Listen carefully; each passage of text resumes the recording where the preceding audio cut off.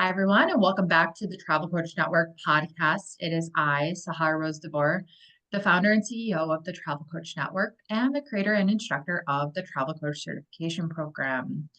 We are doing something different today on the podcast. We're introducing a new panel series. So these are travel coaches and members within our certification program and Travel Coach Network who will be joining me throughout this series on a panel based off of different themes and topics. Today is going to be transformative travel or transformation. And so today I have three of our members. We have Christine Winebrenner, Irick, I should say. She is the founder of Lotus Sojourns, a mindful adventure travel company, creating transformational journeys for women in partnership with social impact projects. She also hosts the award-winning Soul of Travel podcast, celebrating women making a positive impact on tourism. Recognized as one of the 2023's most influential women in travel by Travel Pulse, Christine believes travel fosters personal growth, meaningful connections, and global change. We also have Diane Darling today. Diane took acting and stand-up comedy classes after overcoming her fear of public speaking. That out-of-the-box and strategic mindset have been a contributing factor for her success in life. McGraw-Hill commissioned her to write the definitive book on networking called The Networking Survival Guide, which was published in April of 2003. Her books are collectively in 9 different languages. Her travels include all 7 continents and almost 60 countries, I should say. She has lived in the Philippines, Thailand, Colorado, Indiana, Washington, D.C., Alabama, and is now in Boston, Massachusetts. She's a member of the Chief Executives Club of Boston, is the past president of the Association for Talent Development in Boston, and a founding member of 2020 Women on Board. Last but not least, we also have Laura Ericson, who traded her 14-year career in higher education in 2021 to start a group travel company. She's not just a traveler, she's a cultural bridge builder who ventures beyond tourist hotspots to shine light on misunderstood destinations like Kenya, India, and Colombia. While taking a leap into entrepreneurship, Laura has guided over 220 solo travelers through transformative journeys across 8 countries.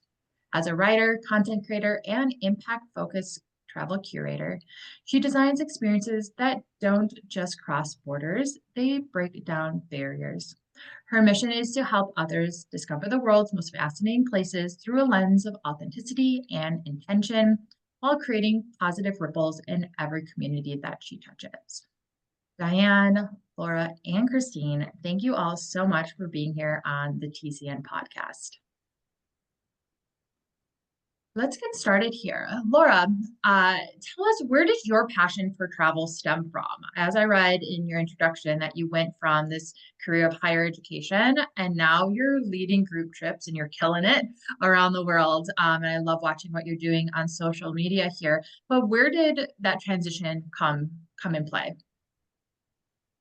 Always traveled like at a young age, and I was fortunate I had parents that took me to, places like Venezuela when I was younger, and I started speaking Spanish when I was 11. So I think like I always was surrounded by travel, but it really wasn't until I got a divorce in my late 30s that and the pandemic, like the combination of those two things kind of happening within a couple of years each other made me really shift my priorities in terms of what I wanted to do for a career, but also how I wanted to travel. I had spent a lot of time in resorts in Mexico, kind of doing the typical thing. And when I got divorced, I decided I wanted to travel for myself and go to places that felt more authentic to me, maybe intimidated me a little bit. And in doing so, I realized there's a lot of particularly women out there who feel the same way. They want to do something different or they want to go somewhere that's maybe a little bit more off the beaten path, but don't know how or don't want to do it alone. I love that. Um, we'll dive deeper into like what you do on your solo trips or group trips with other solo travelers. But first, Diane, tell us, where did your passion for travel stem from? We moved overseas when I was 6 years old on a freighter crossing the Pacific for 3.5 weeks because it was the affordable way for a professor and family to travel, and we moved to the Philippines.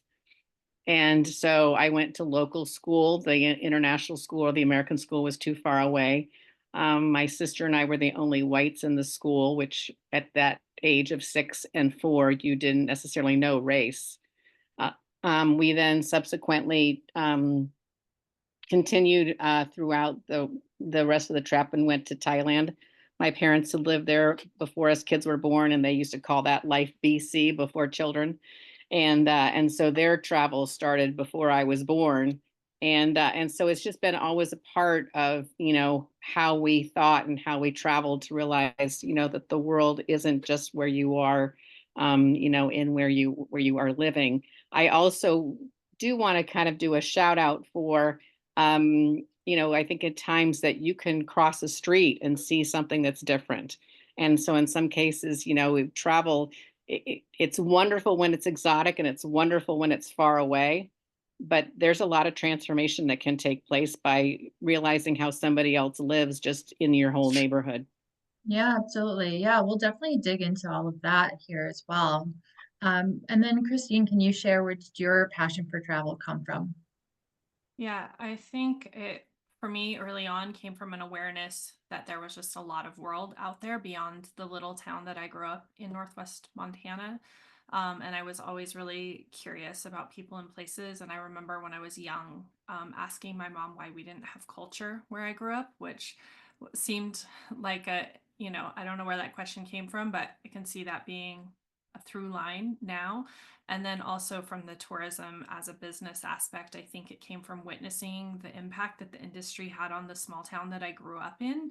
And like it was a summer hotspot. And I always had this feeling of not really feeling like I belonged there during that season. And that inequality, I think, fueled me wanting to understand what tourism was as an entity. And then I also grew up on the Salish Kootenai Indian Reservation. And so that added other complexities that I think I'm still unraveling today, and really informs like how and why I travel to try to understand the world and what my place is in the world. Yeah, I love that. I can definitely see that as throughout the conversations that you have with other women that you talk to on your podcast as well. I'm going to start talking about the reason why we chose transformative travel today as a topic is obviously that's been a hot topic and buzzword in the travel industry for several years now, and it's only continuing to grow. So I think it's really important for any sort of travel business owner, whether you're a travel coach or any sort of business model for a travel business, to define what that means for you and your own business. Transformation could look like so many different things and mean so many different things. So Laura, can you share when you talk about providing or helping guide these women on transformative journeys, what does that really mean to your group trip company? Yeah, I know you can like put a definition to transformational travel and you can be very intentional about it, but I think like the real transformation kind of sneaks up on you in the random moments that you have when traveling. It's like the amazing experiences that you have where something kind of shifts within you. And I think my trips are designed to, yes, they're planned out and we have tons of really cool things. If you take like, I always think of Morocco. I just feel like that's a trip that generally people kind of have kind of an awakening when they're on it. And we do a lot of cool things. We ride camels in the Sahara. We do all kinds of cool stuff. But I think of like moments where they're sitting in a Berber family's tent, having tea with them, very, very humble surroundings. And they sit there and realize like these are people living such a different way of life. I think it gives you such immense perspective and that you can't really have unless you've like experienced those things for yourself. I think that really like leaves you questioning a lot of things about how you live. And um to me, that's like where the magic happens with travel. So I try to build in a lot of those experiences into my trips, but also leave the room for spontaneity where people can go wander off by themselves or, stay up having conversations with their new travel buddies. So I think it's a combination of you can kind of plan it out, but it's not going to be this like I don't feel like most people have that like eat, pray, love journey that everyone maybe idealizes because of that movie. I think it's more the unexpected things that happen over time. Yeah, definitely. I was on a group call with a popular author, and he wrote The Experience Economy. He's now working on a book called The Transformation Economy. His name is Joe Pine. Christine, you might have probably heard of him. And I was on a call with him and some others, kind of doing some brainstorming and helping him, go through things for his book. And uh, someone on that call brought up the fact that we often think of a transformative experience, or at least it's kind of painted this way, that it's an aha moment. It's like all of a sudden something happens and we're changed, right? But it doesn't often happen that way, or doesn't look like that. What usually happens is that and as you kind of were talking about this, Laura, it's a combination of these small changes, small experiences, small occurrences over a period of time that leads to a transformation that you may then realize at one point, oh, I have changed, or this is something new or different about myself or my life that you didn't think of before. But in order to gain that transformation, it's a bunch of these micro transformations, they called it. And I found that super interesting because it's really important in the travel industry if we're talking about helping people go on transformative experiences, which I see that people use that term over and over and over again. It's really important to really help people understand, like break it down. What does that look like? And how could your trip, your experience, your coaching help them ultimately, hopefully lead to this overall ideal transformative experience as well, too. Uh, Christine, you've had a lot of conversations with women throughout your podcast who are, in the hospitality and tourism industry, and then from your own experiences, from like kind of a summarized viewpoint, what does transformative travel mean to you? I think when I usually define transformational travel, I usually say it's less about like changing who you are and really more about transforming how we understand ourselves and our relationship with ourselves. So it's not like you were just saying, like it's not this huge I'm a different person or I see everything about the world differently. Like I think that can happen for some people, like they do have that big moment, but for most people it's subtle and it's just about our relationship with ourselves. And also, like you were saying, it sometimes doesn't happen until many years down the road. You're like, oh, I see where this moment in my travel really influenced this shift that has expressed itself this way now. So, yeah, I think transformation is really more about our relationship with ourselves and not our whole self being transformed. Yeah, and definitely like a journey that we're going on, instead of like, oh, after this trip I'll gain that transformation, or after this trip I'll be transformed. It's more of a lifelong journey, and integrating travel throughout it, weaving it throughout it, or these different experiences, what I call elements of travel, to hopefully guide us towards this, new perspective and new change within ourselves and how we see ourselves, like you explained it there, Christine. What about you, Diane? Are there any experiences that you can think of that were really profound on your life, and would you say led up to some sort of change or transformation within your own life or being? Well, as a teenager at 15, 16 years old, I went kicking and screaming to living back in Thailand for high school. And, my parents, to their credit, put up with some really bratty kids because we really didn't want to go. We wanted to stay with our friends. We were leaving mid-semester, mid-year. So we were starting a new semester in January at a new school. And I think, my parents in heaven deserve a lot of credit for, putting up with some bratty kids who just, they knew that we would appreciate this down the line. The transformation did not take place for, years, if not decades. I think it's also one of the things to think about is that, we can talk about, I find when people go looking for transformation, they're often disappointed because they're looking for a change, and the change in some cases is in their mindset, it's in their heart. Do they even see something? There's that video of people walking through, and then a gorilla comes through playing a basketball, and then people say, did you see the gorilla? And half the people never saw the gorilla. And so part of it is, in some cases, if you're going out and looking for something to change you, you may be disappointed, and there's a lot of pressure that people put on travel companies, I think, to make that happen.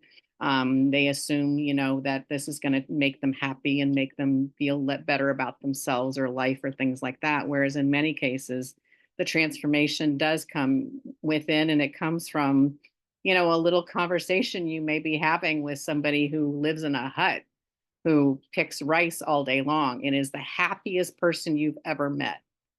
They're just the happiest person, and their life sucks. Their life is pretty, rough. And they, and so I think in some cases it's important to kind of have a step back and look at that. What are your expectations for transformation? Yeah, absolutely. I saw that video they were talking about, and I didn't see the gorilla walking through. And it's funny you bring that up because I recently saw it on TV again. Someone brought up that video, but I know like throughout my backpacking years, that I traveled for over 10 years solo, that you're right, the transformation didn't change overnight, even though, you get to a place like I am where I am right now today, and I'm like travel, is what changed me, is what led me to what I do today and who I am and everything. But if I'm trying to think back and say like when did that change happen? I couldn't tell you. It was just an entire journey and process, and it took many things to happen, many conversations, interactions, experiences, challenges that I faced, everything. And it kind of just all led into where what I would say would be a transformative journey for myself. Granted, where I was beforehand, where my mindset was before I was traveling and went on that solo journey. But what do you think, talking about, there can be some missed opportunities for really taking in and allowing travel or a trip in particular to impact our lives and, help lead to these little micro transformations for ourselves. Laura, what were some things that you can say that people can do more intentionally to design a trip that could hopefully lead to transformation or self-discovery or personal growth or healing? Anything that comes to mind? I think don't be afraid to be uncomfortable. Sometimes I kind of make people uncomfortable on purpose. Like I'm okay with discomfort, and I sometimes people will be like, "Oh, I'm not comfortable," or like I'm uneasy about this, and I'm like, "It's okay. I'm not here to make you feel comfortable. Like it's okay that I was just in Cuba with a group and we didn't have power." And they're like, I don't like this. I'm like, I don't like it either, but imagine this being your life where you don't have power. So I think it's like it's okay to be uncomfortable and to just embrace that and like sit in the discomfort. Um, I think also just not having things super planned. I think it's okay to have a general plan, but I think if things are like too over planned and I need to do A, B, C, D, E, F, G, and like see all of these things, you're gonna one, burn yourself out, but not leave yourself any time or space to take in like what you've experienced or to just allow those natural conversations that happen when you're traveling, whether you have a dinner with a stranger sitting at a bar or something like that. I think also like not focusing on, like the Instagram itinerary and I need to hit up all these like tourist hotspots. Obviously, I'm biased because that's not how I travel, but to me, the most impactful experiences I have are either unplanned or they're the things that you can't find on the internet. It's, having dinner in a random family's home, or I always say like I crashed a Kurdish wedding in Turkey. And like when I think back to Turkey, that's the thing I always think of. It's not anything I had planned. It's not the beautiful photo shoot I did in a hot air balloon. It's crashing a random wedding that I wasn't invited to. I think building time in for yourself, even if you're traveling with other people, giving yourself time to just process all the things you've experienced and taking time for yourself. So you, as a person who does group travel, I need my alone time too. So I think that's really important. And then just letting go of your expectations. Like it kind of goes along the lines of everything we just said. Like if you kind of go into it saying like I need to achieve ABC on this trip, you're putting a lot of pressure on yourself. And I think the universe has a way of giving you the experiences that you're looking for without necessarily having to plan them out. So like just kind of you have to of course like plan to a point, but also be cool with going with the flow and just letting things come to you when you're traveling.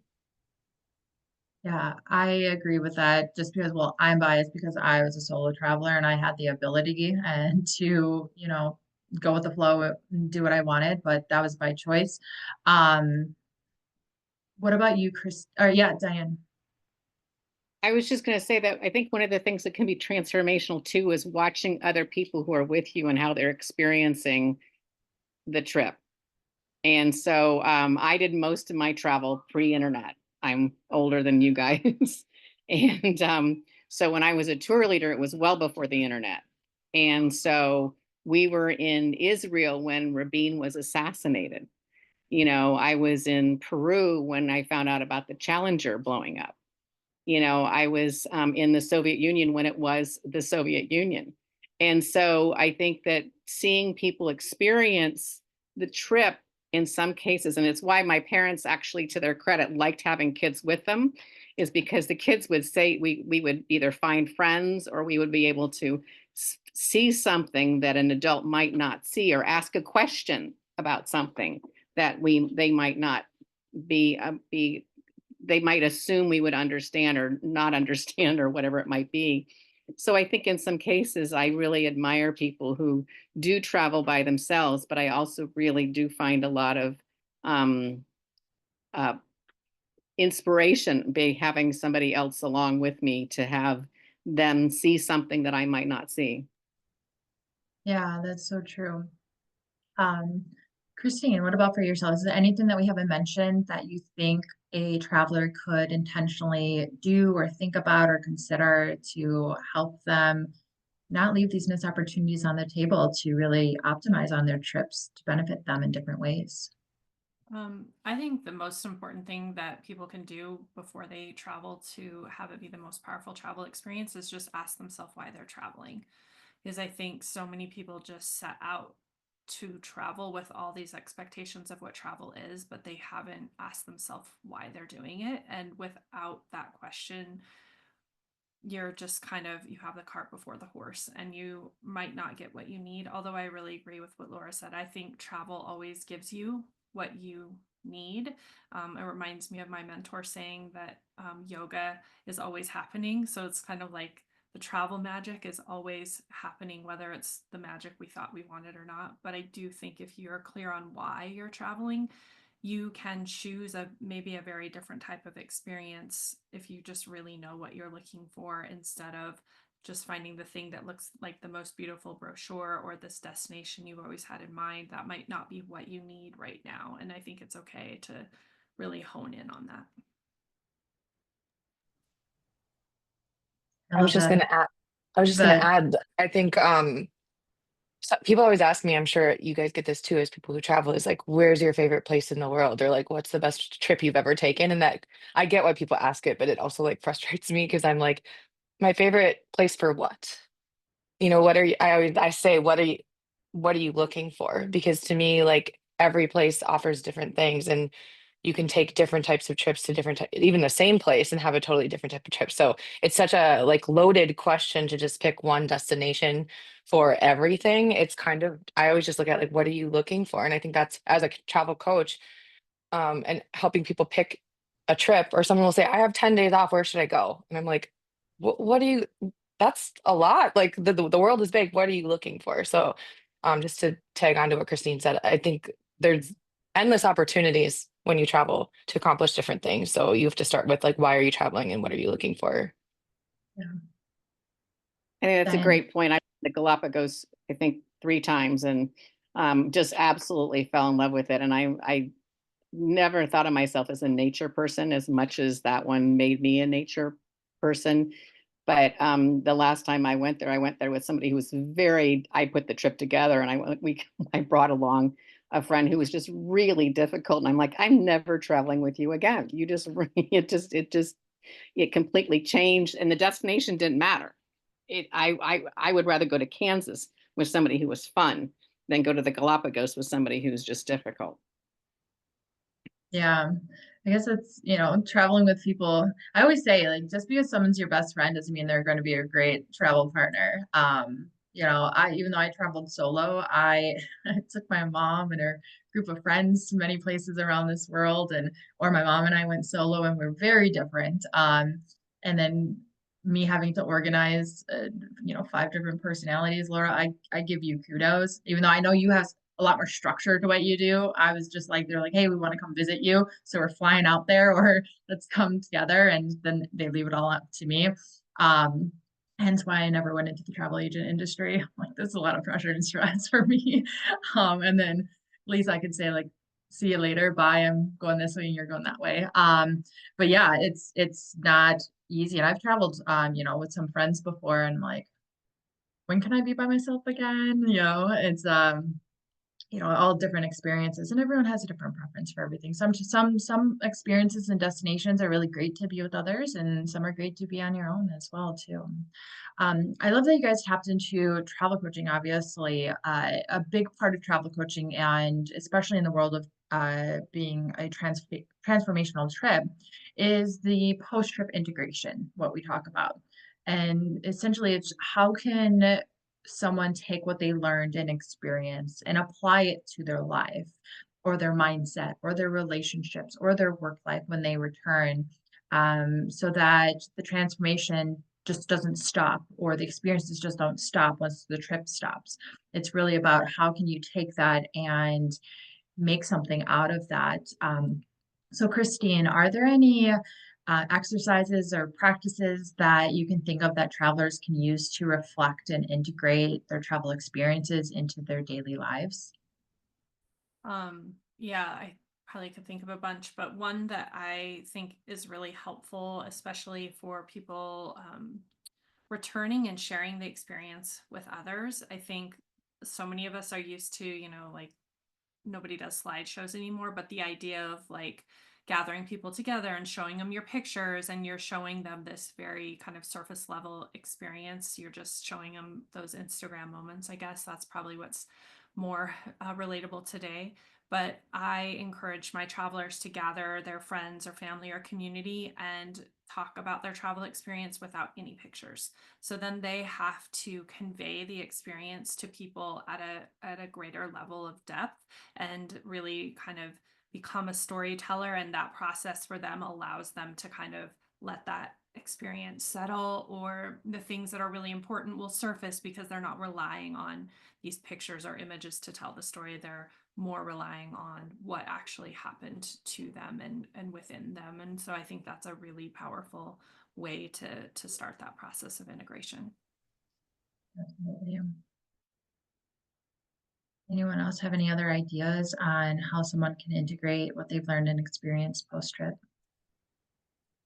Yeah, like Christine said, I think there's like so many. I think for me, I'm not a big I shouldn't say I don't like to shop when I travel, but I maybe in Morocco it's different when we're in like the souks. But I really try not to like just buy a bunch of, you know, trash and fill up my home with clutter when I travel. But bringing like pieces of travel home with you, whether that's art or music, it doesn't have to be physical. It could be like I play this playlist of songs that we play around a campfire in the Sahara. Or it could be a playlist that my group built together on a group trip, like in the van, because we have a long journey. Or maybe integrating like drinking Moroccan tea in the morning, or learning to cook a different recipe, and just those things that you can like, little tiny things that you can like build into your life, even if it's just like I have a piece of art in my living room that reminds me of my 40th birthday on a trip. I think like all those little things that you can do can remind you of your trip. Staying connected with the people that you meet when traveling, I think is helpful. I have the luxury of going back to these same places multiple times and seeing the same people, but that doesn't always happen for everybody. Sometimes you meet those people that 20 years later you're on Facebook and you're like, who is this person? How did I meet them? But my groups all have WhatsApp chats, and some of those chats like live on for years, and they're still all like telling each other happy birthday and staying in touch. But I think like the biggest thing is like that confidence that you gain when you travel, when you navigate difficult situations and you realize like, oh, I can do this. Like bring that confidence into your regular life. So like if you learned how to, I keep bringing Morocco is just on my mind for some reason, but if you learn how to like haggle in a Moroccan market, like maybe you can ask for a raise at your job, or like that confidence that you have to talk to other travelers, then maybe you can go to a dating event or a networking event and not feel afraid to like strike up a conversation with a stranger. So, that person that you are when you travel, I always see like people have this confidence when they travel because they don't have all the people around them and the roles that they have when they're at home. Bring that travel or bring that confidence into your daily life, even like a little bit at a time. I love that. Diane, did you have something to add? I love that. I think that there is something just, about who you are when you're away, and just even your morning routine of thinking when I was camping in Nepal, and you get the tent boys who bring your tea in the morning, and it's just like, bring myself the tea, just, even make the time for tea versus, getting up and looking at your phone, and I mean, and getting so distracted almost immediately before you even have a chance to even have a breath. I think that's a transformation in and of itself. Yeah, absolutely. No, I love that you're saying this because I was trying to think back of like all of these things that I say, like travel has changed me and who I am. Like, what do I do when I come home? Well, first of all, I always say like when I was a backpacker, I would look at that girl when I would come home and I'm like, who is she? And how did she do it? But as soon as I would book another flight and I would step into the airport and my mom dropped me off and I'm ready to go again, I'd snap right back into it because of all the things, all the hats and all the things you have to do and be in charge of and think of when you are a solo traveler in particular. And so those are things that I did bring back home for me. And even just the experiences that I had, so the conversations, or, it can be a small thing like I saw, a lot of trash in the ocean. And so now how I recycle is different. Or I tell my, in-laws that this should go into the recycling versus into the trash, and I'll move it because I'm thinking of, I remember seeing this, how it could end up somewhere in the ocean, or there is a person who goes and sorts through the plastics like I saw in Mumbai. And I'm like, it's just like travel is just something that the sites that you see and the lifestyles that you see, there are things that you realize you take for granted, and there's things that you should be so grateful for that you never even thought you should be grateful for because someone else lives so different from you do. And it's those little micro moments that you can like that helps shape who you are.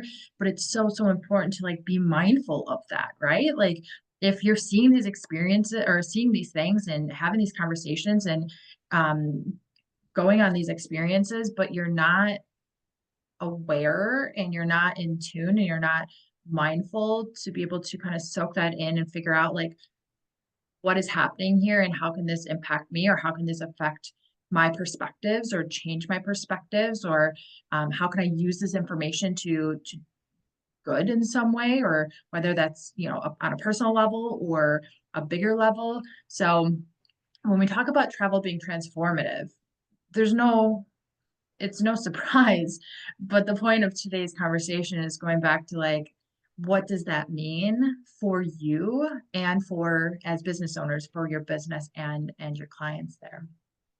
Talking about these little micro moments and story, meeting people and hearing different stories. So another term we hear a lot about is cultural immersion, or immersing into other cultures. I know for you, Laura, you take your groups to, like I said in the intro, kind of destinations that aren't really thought about or talked about too often. And so culture is a huge thing for you. Uh, how would you say that spending time and immersing into a different culture can help lead to this transformative journey for one of your travelers' clients?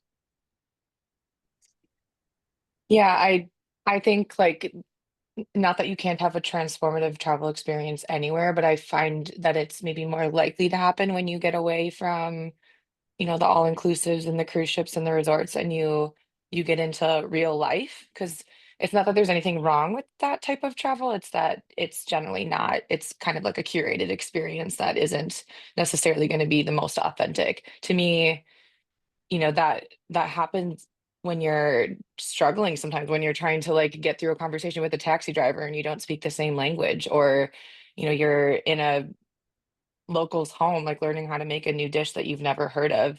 So I think like the deeper you go into trying to understand a new culture, the more you also start to understand yourself.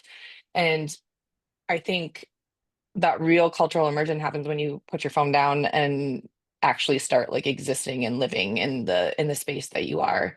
I think it's, you know, like I said, sitting in a Cuban, when you sit in a Cuban family's home during a power outage, or you're salsa dancing in the rain with Cuban cowboys at a tobacco farm, like those are the experiences that you're going to remember much more than just ticking things off a list or sitting on a beach, even though there is a time and a place for sitting on a beach. And I Mhm. love beaches too, but you're probably not going to get the same thing out of it. So maybe getting a little bit outside of your comfort zone and picking a place that's a little bit, even if it's for you, not a place that would, maybe for you it seems extreme and to somebody else it wouldn't, but if it's outside of your comfort zone, just try to do that a little bit more. Find a place that is a little bit like uncomfortable wherever that is, even if it's in your own.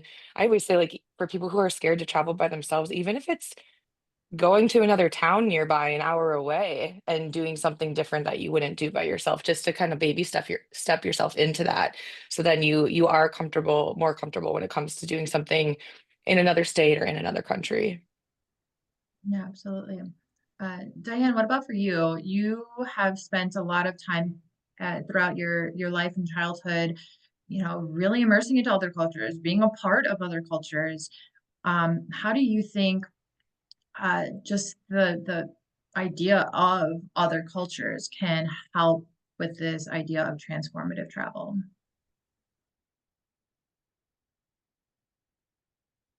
Where do I start? There's so many places to go with that question. I think that, I feel very lucky that I got to start this early. So it wasn't such a strange situation to be immersed in another culture. I sat next to a pilot who was flying back. He was not the pilot. He was traveling, sitting next to me, and he had gone to the International School of Paris, and I had gone to the International School of Bangkok. And you didn't have to explain what it was like to go to school with 60 nationalities. It was just a given, And so, and there was something very interesting about just the how that conversation was fluid, because it was something that you both had experienced. And I also think there's also a transformation that you experience when you realize that a lot of people just are going to think you're crazy. A lot of people are just not going to understand your interest in the world or your interest in other people. And I also feel at times like I'm almost the ambassador of Boston, because or the mayor of Boston rather, because whenever I see somebody lost with their phone and the spouses are going like this, type of a thing, and they're pointing the other direction, I go up and and I've learned not to assume they speak English, but are you all set or can I help you? And I've met the most interesting people. In fact, Christine, I met the nicest couple from Montana ever. And it made me want to go to Montana more than anything else in the world that I had been wanting to explore. I used to be a baby in Boulder, so the West is definitely a sweet spot for me. But, I think in some cases, that transformation isn't isn't immediately obvious, and I also think about what can I do to make somebody else's moment transformational when they're in a place that I might know well. And I think that when one year happened to I was crossing the street and there was a tall Boston cop, and I said, is this fun for you or is it a nightmare for you, when it was the playoffs or the Celtics? And he says, it's okay. It's not what I typically do. And we were waiting for the red light. And I said, what do you typically do? And he says, I'm typically undercover. And I'm like, I bet he'd be a really great cop undercover. And I said, what do you do undercover? And if you can tell me. And he said, we look for people who are trying to sell tickets to international people, and they don't know the tickets are a scam. And all of a sudden I thought, wow, there's this whole other part of these people travel from all around the world to go see basketball games here in the United States that we sometimes think are very normal to do. But there's tickets that are scams, and they target the international people to hurt them and take money. And so all of a sudden I thought, wow, that's a transformation, that all these cops are out here trying to be sure that people are being well treated, here. And it's interesting to think about the puzzle or the Rubik's cube of where people are going to and how you can be a part of that transformation. Yeah, I remember I used to live in Chicago for like 7 or so years, and it's a very big tourist destination. And anytime I would see someone that I knew they weren't from there and they had a map or they just looked confused, I would always try to help them and figure out, even if we didn't speak the same language, of where to go and stuff, because I just know what it's like to be lost in a place or need help and not really know how to ask for help or directions, and someone kind being able to come up and help in any way, shape, or form that they can. And it's those little moments, I have had many of them, and I call my travel angels throughout the years that, help me in some way, no matter how big or small, that they didn't think probably was a big thing. But for me, they have made impacts on my memories over the years of all my travels. Christine, as we're getting up, wrapping up here soon, but what about for you when it comes to what role does culture play into a transformational experience, in your opinion? Um, I agree that I think it's really important. Kind of, I think Laura and I we must travel very similarly because we have similar viewpoints. But if I look back at all of my kind of catalog of most transformational experiences, or the ones I want to tell people about over and over again, they're always about kind of these deep, authentic connections, usually and often with women in the communities where I'm traveling. But it's those moments that I think are the most powerful. So I think you have to have that cultural connection. And it's like these moments when I understand someone else's lives, even though they're vastly different from mine. And then, they kind of teach me something about myself from their perspective. And then I think most importantly, they show me like the shared connection we have as women and as humans, and that is really, really important. So I think I think it's a huge part of the puzzle. And I would also say that equally important is times in nature and those moments of awe that I usually find in nature. And it's like this contrast between how big the world is and then how small we are. And it's very humbling. And I think we all need that moment because it's like we need to feel small and unimportant to understand like the interconnectedness of things. And so I think that both culture and nature are big parts of transformation. Yeah, absolutely. I love that you brought up that awe-stricken side of transformation, because that's something else that the author Joe Pine was talking about when it comes to these different elements that kind of could lead to a transformative experience as well. I always like to end every episode, panel or not panel, with the question, is there a fun fact about yourself that you can share with our listeners that isn't, and it doesn't have to be business or travel related. So I'll have you go first, Diane, if you have something in mind. Oh, it's so funny. Mine is a travel one, but it's kind of a very unadventurous travel one where I was on a cruise ship and I got sawed in half by the magician. Did it hurt? It was bizarre. It was bizarre because he came out with a hacksaw and he's hacking away, and they put me in this contraption. And then all of a sudden he says, "That's not going to go work." And he tosses the hacksaw, rear, and he brings out a chainsaw. And I thought I was going to pee in front of the whole cruise ship. Well, I hope you didn't. I did not, but I made it through. But it was interesting to be a part of a magical trick. That would be fun though. I love, well, I shouldn't say I love magic. It's not like I do magic, but I love knowing the secrets behind magic. I Me like, too. I like the they used secret. to, they used to have shows on this. I'll watch like TikToks on it. I'm like, tell me how you did it. I was in the um Philippines after a typhoon hit, and I went and just met with a bunch of other people, and we were in a rinky-dink place that was like storming outside and all wet and gross, so we had nothing to do. And I remember one of the guys from Ireland, he pulled out a deck of cards and he was like, I know a magic trick. And he did it. And he did it really well. And I sat there like dumbfounded. And he can see me trying to figure out, like, I'm like, how did you do that? Do it again. I don't believe you did that. Do it again. And he like, I made him do it over and over again. I still never knew how he did it. Um, but I think it's super fascinating. And then Diane, how can people find, follow, and learn more about you? They can go to dianedarling.com, and I am in the process of getting my travel information up there. So it won't be there just yet, but dianedarling.com is the way to find me. Wonderful. And what about you, Laura? A fun fact about yourself.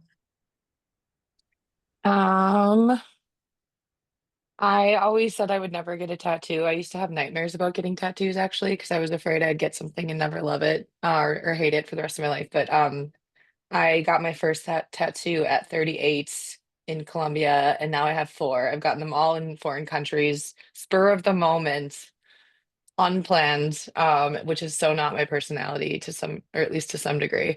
And now I coordinate tattoo sessions for everybody in my group if they want to have a tattoo while they travel to bring home. I love that. And where can people find and follow and learn more about you and your group trips? The easiest way is probably just to Google my name.